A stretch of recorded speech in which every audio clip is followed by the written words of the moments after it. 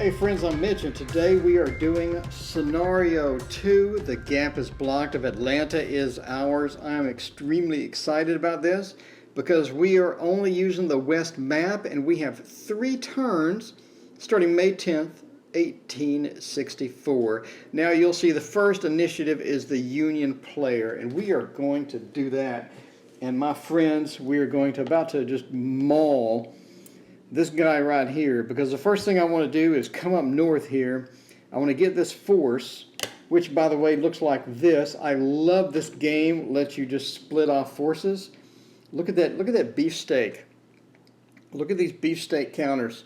8, 7, and 12. That's going to hurt. That's going to put you in the hospital. You got some beef there. And then look, Logan with a 3 on there. Yeah, I'll take that. I'll buy that for $1. We're going to get that entire thing, and we're going to go over here and jam it straight up this Confederate person's rear end. Because if you look at his counter, he does have a 2 there, but look at that, just a 1. And that's tiny. That's really tiny. And his buddy over here is tiny as well. So that's not looking good for him, I'm just saying.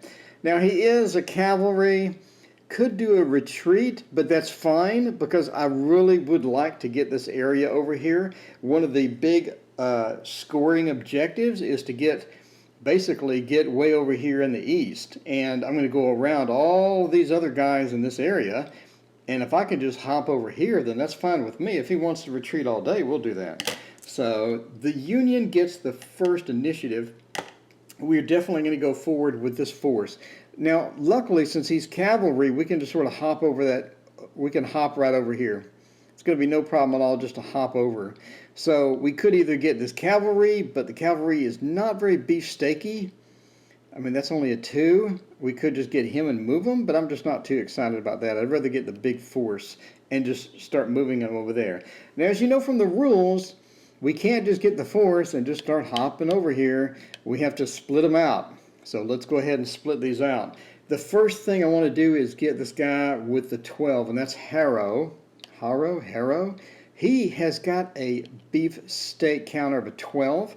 We're going to throw a fatigue at him, and we're going to move him. So we're activating the leader. In this case, it's Logan. And so Logan is activating everybody, and Logan's doing the 15th, and he is on the 15th. So we're going to move him first, but we need to figure out how much to move. So you remember from the rules that we can move the infantry leader, which, funny, that's Logan. How funny is that? 1d6 plus 1. We are going to do that. We got a blue dice and everything. Let's go for it. Let's go for it and see what excitement happens. Oh, that sucked. Okay, so we can move 3. That's fine, whatever. So the whole team can move 3. So we're going to get this and go 1, 2, 3. And we're going to go right here. All right, now we activate the next guy, which is going to be Smith.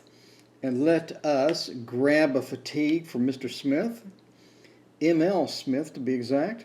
And Smith is a beefy 7. This is a beefsteak after beefsteak. Throw these guys on a grill. We got 1, 2, and we can't go here. But we can't go here. 3. So we're going to spread out a little bit here, sort of peel it out a bit. Next is going to be Osterhaus. Osterhaus is over here with to get his fatigue. I'm sorry, sir, you get a fatigue. Now we got 3 we can play with him. So we're going to go 1, 2, and because this is above a 3 power, it's going to cost an extra one to come into here, and we can't do that. What's going on? We can't do that. He's got a 12. We don't have enough beef to get in here, so we're going to have to stop. So we're all kind of spread out now, which is fine. I was kind of overstacked. Now we got 2 leaders that needed to hop along on them. We're going to do McPherson there. We're going to do Logan here. And then that is going to be our split, and we'll get the force and move it aside for now. So we're looking pretty good. We got a couple of cavalry here. and the cavalry are just going to kind of hang out, I guess, for now. But they're under AC, and if you look, the AC leader is way, way south, so we really can't activate him. By the way, he's on force 6, which is way down here. We really can't activate those guys just yet with a leader, so yeah, we're kind of stuck with those. But we do have a nice spread out here, and that's going to be the end of our turn for that. So let's roll who is going to be next. And it looks like the Union wins again, which is good. I'll take a Union win all day. Spoiler alert, the Union wins. Okay, so we're going to go ahead and do another one. We're going to do a 1d6 plus 1. We'll get our formal little fuzzy dice roller here and roll this and see what happens. Ooh, we got a 3. Better than nothing, I guess. All right, let's get 3. So we're going to activate everybody, declare an activation, and we're now going to be at a fatigue level of 2, which kind of sucks. I'm kind of considering moving these cavalry over and just having a cavalry backup, if nothing else, here, you know, kind of thing, to where we can hop on. You know, actually, that may not be a bad idea. But that is 4, so that could be 1, 2, or it could be, man, these are so freaking small, man. 1, 2, 3, 4. 1, 2, 3, 4. Get a flank bonus? Ooh, you talked me into it. That's an easy sell. 4. All right. Gonna have to flip this, however. So let's flip this over to the 2 side. And we got the 2 side on there. So we got 4 to play with. Gonna go 1, 2. And then we're going to attack with the remaining 2 points. So let me get something out in the open here that lets me know that I'm doing a 2-point attack. Okay. So that's going to be a 2-point attack. All right, so he's doing a 2-point attack. So we're going to go ahead and declare that as part of the march. So we did do a march, and we get to march all of our units because we activated the leader, and they do get 4. So as part of that, we're going to do the last 2 points as an attack. All right, so a march attack. So let's see what benefits we have so far with a march attack. He has 2. He's going to be using this leader to get that 2. I have a 2, so that's going to be a wash. I have 7. And he has 2. So that is going to be a 3-to-1 odds. Let's see, 3-to-1 odds is going to work out to be... 3-to-1 odds is going to work out to be basically the 3 minus 1, which is going to be a 2. So we got plus 2. We don't have any for that. We don't have any artillery. I think it's just going to be a plus 2 to a base roll. So let's get our rolls in and find out what happens here. Whoa.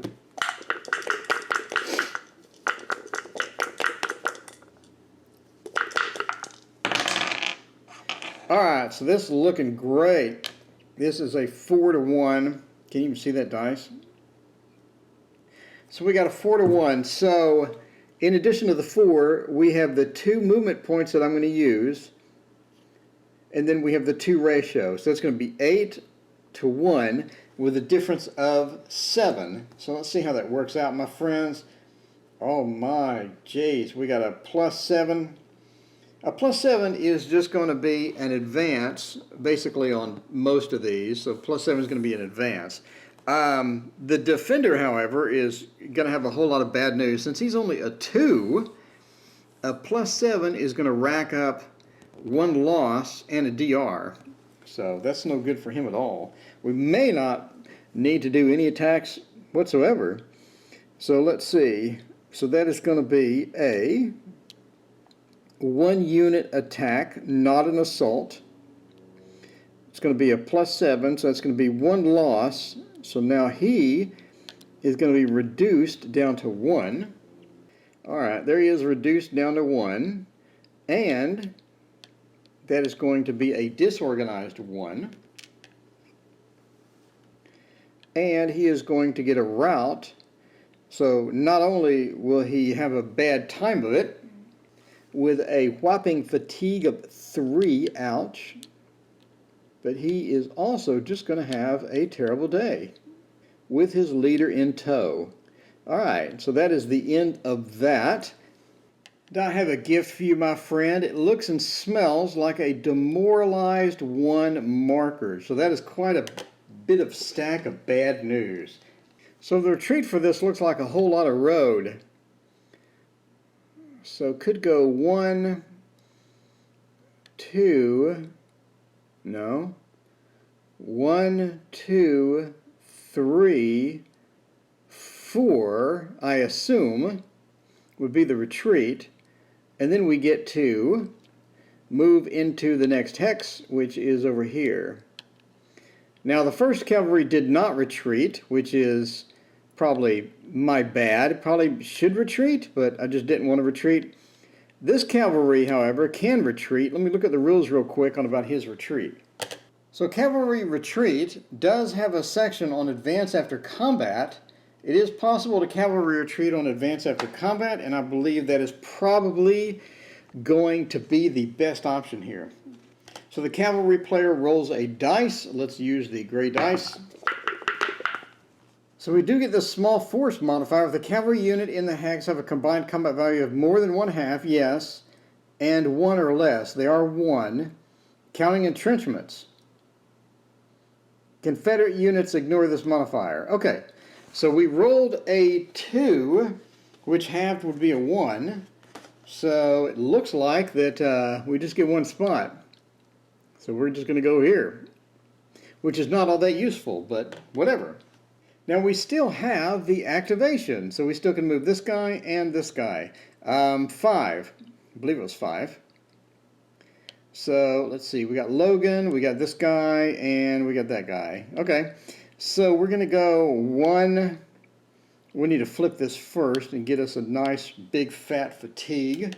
Going to go 1, 2, 3.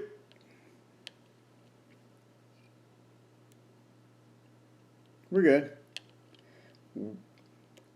1, 2, 3, 4, and 5.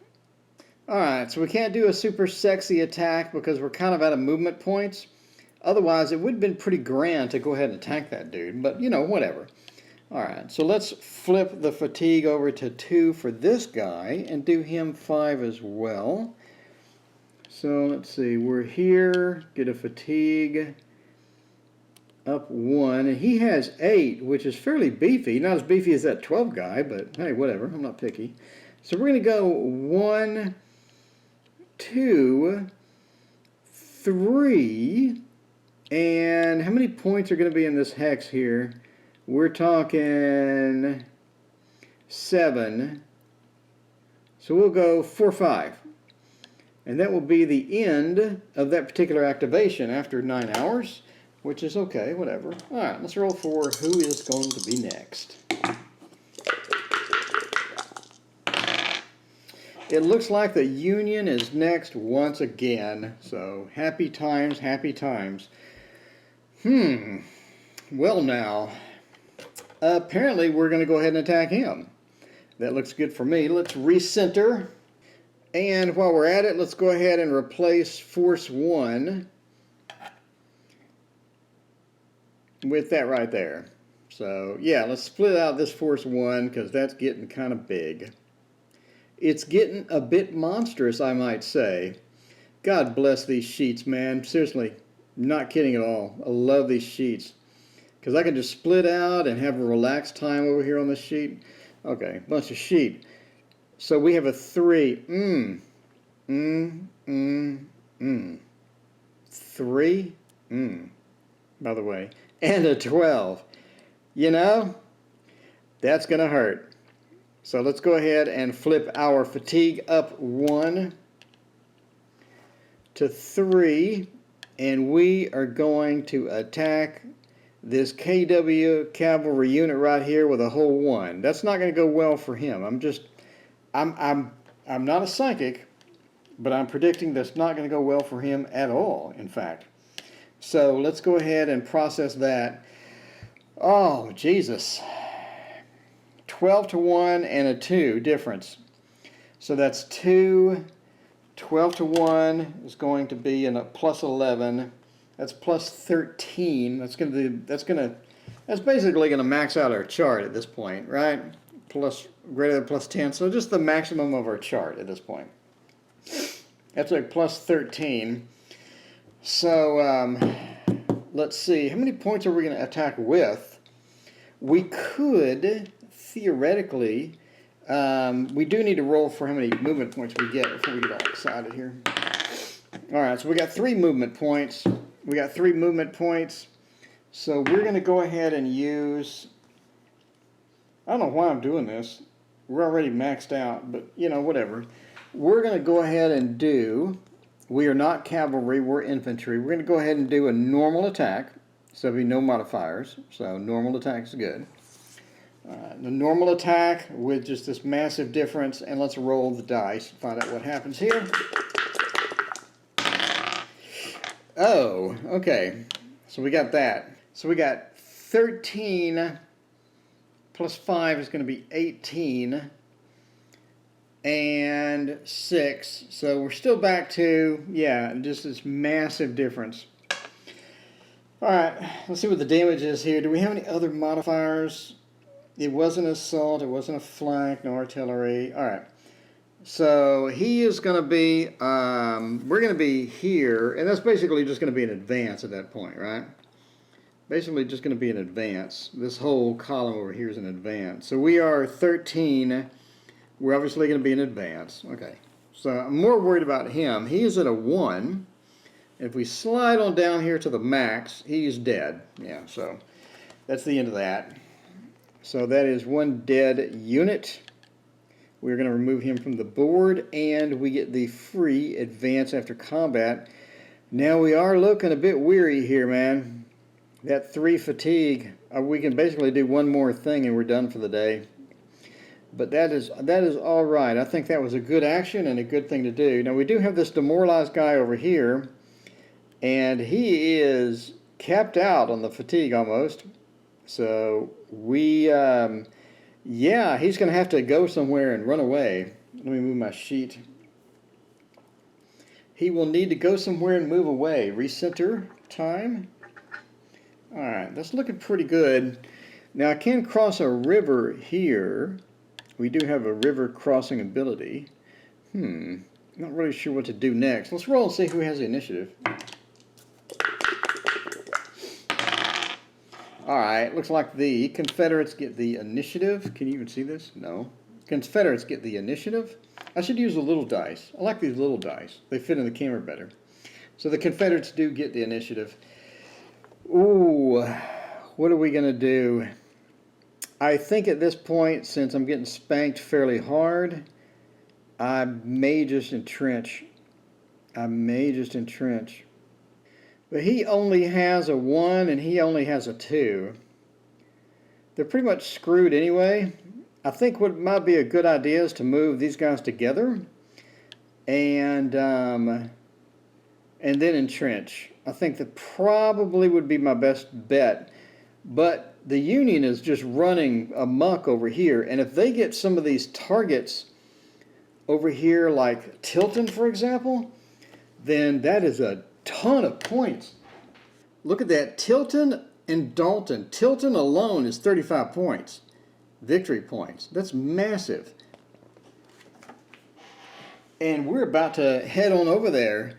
But the problem is these guys have no beef at all. If they run over, sure, they can run over all they want, but what are they going to do? Like, literally, what can they do? Nothing. So I think the best thing would be to just to entrench. So I have a minimum movement of 1 no matter what I roll. I have a minimum movement of 1. So I'm going to go ahead and use that and not even bother rolling a dice and just stack onto here. And then next round I think we'll entrench.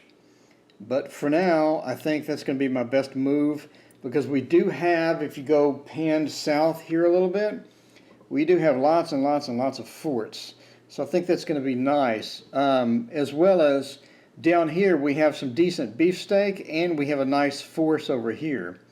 But the problem is they have even a bigger force on this side, and we have these beefsteak counters like this 15, and he has a ton of other ones. So we're really looking at this entrench action right now.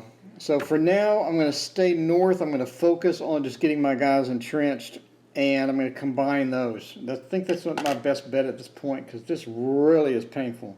So let's roll initiative.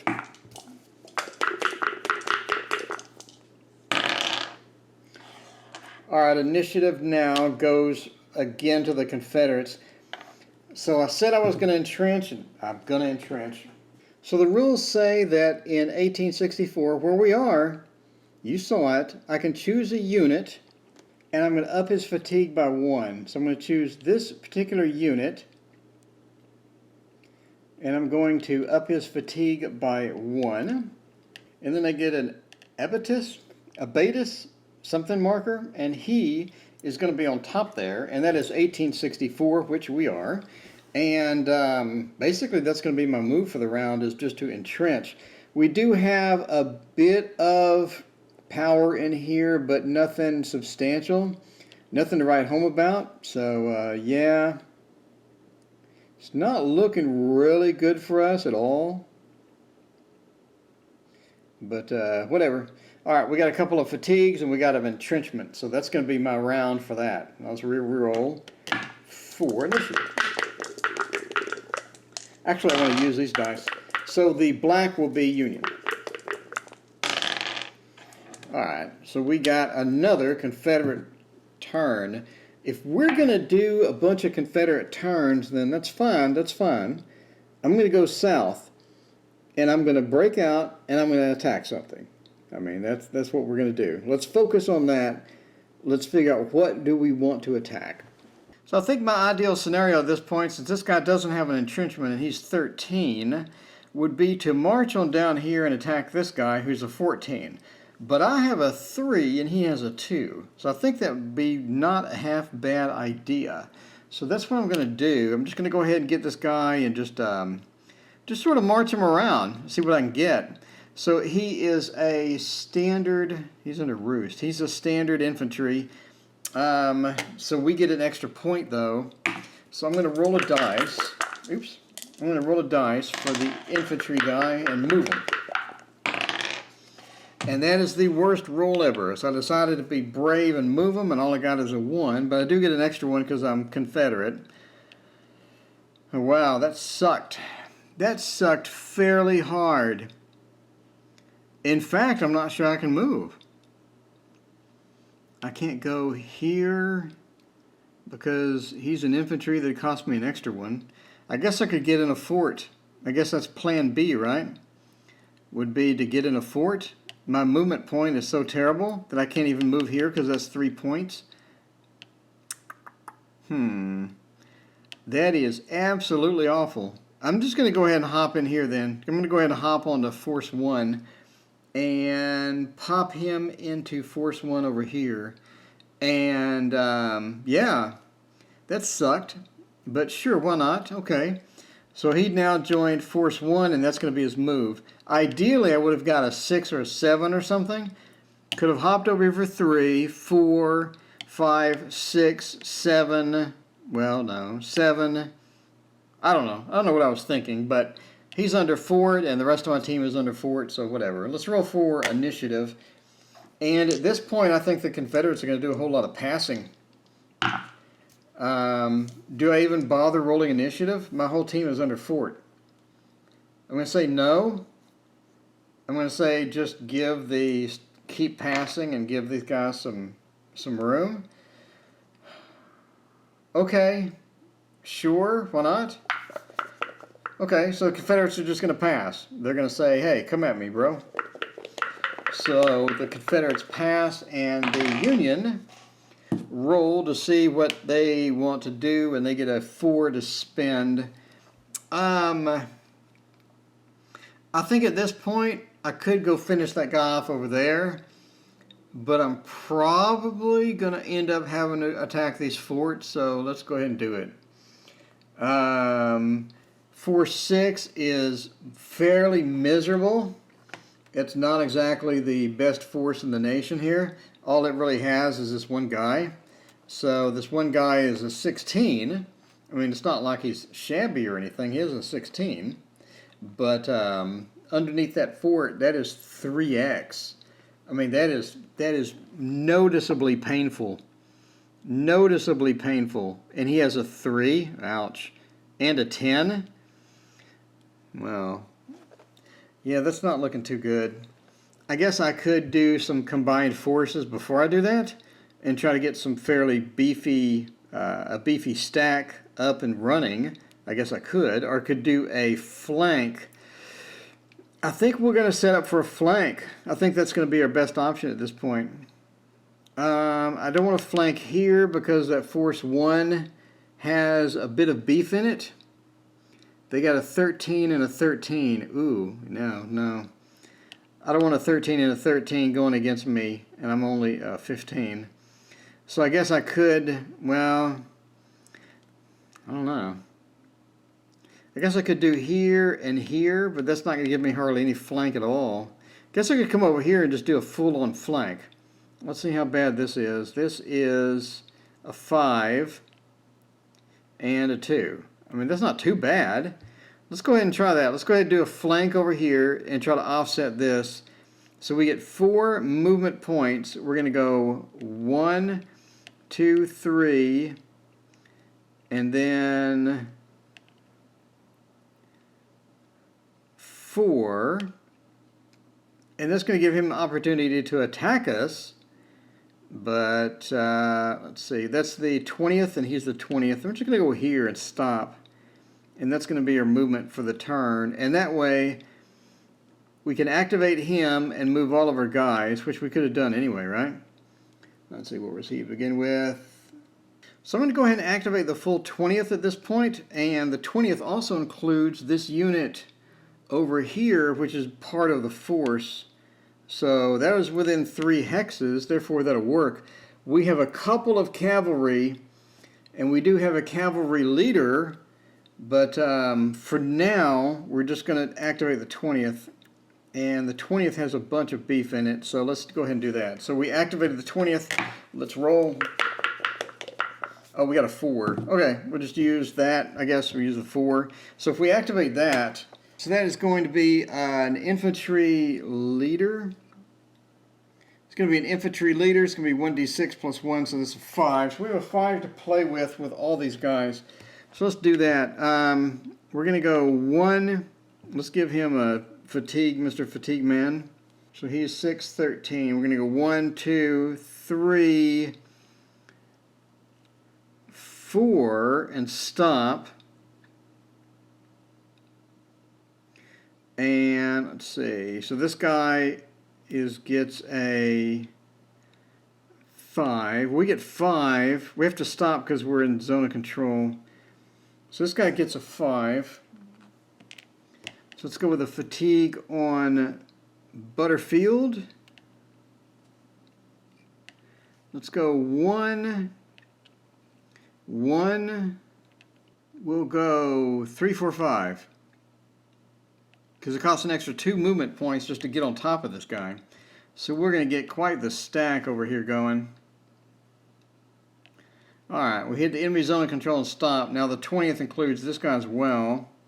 He gets 5. 1, 2, 3, 4. We do not have enough points to get into that massive stack. So that is going to be unfortunate for us. And then at this point we're just going to stop. Now they can attack us, but for the defense they have, well, that's pretty sad. They could attack us, but that would be absolute suicide. So that's not going to happen. They're going to go ahead and pass. 4-6 has stuff as well. So we're going to go ahead and take another turn. And obviously we're going to attack next round to the fort. And fear not, we'll give this guy the fatigue that he deserves. Alright, so let's do that. Let's attack. This is going to be an important roll. He's going to pass. And we're going to attack with a 4. It's not half bad. It's not half bad. So a 4 means that we can do a full power prepared attack with a movement point cost of 4. Let's go ahead and see how much beef we have. Let's break out a piece of paper for this. This is going to be bad. So I moved everything over to here. We up the fatigue. We do have a 3, and we do have a nice 29 as our attack. So I went over everything. So we get a prepared +1, assault +1, tactical. We have 1 over him. He is in a mountain. +2 for him, and we're attacking across a creek into a mountain. It does have a road, so we can attack. So that's a +3. +3, +3 sort of evens out. We have a 29. He has a 15 factored. That's a +14 on the attack. So I rolled, and he rolled a 3, and I rolled a 3. So that's going to come out to basically a +14 on this attack. So let's see what kind of damage we did with that. So for the attacker, we had a 29. So that is going to be basically advance. And now, so he had a 5 base.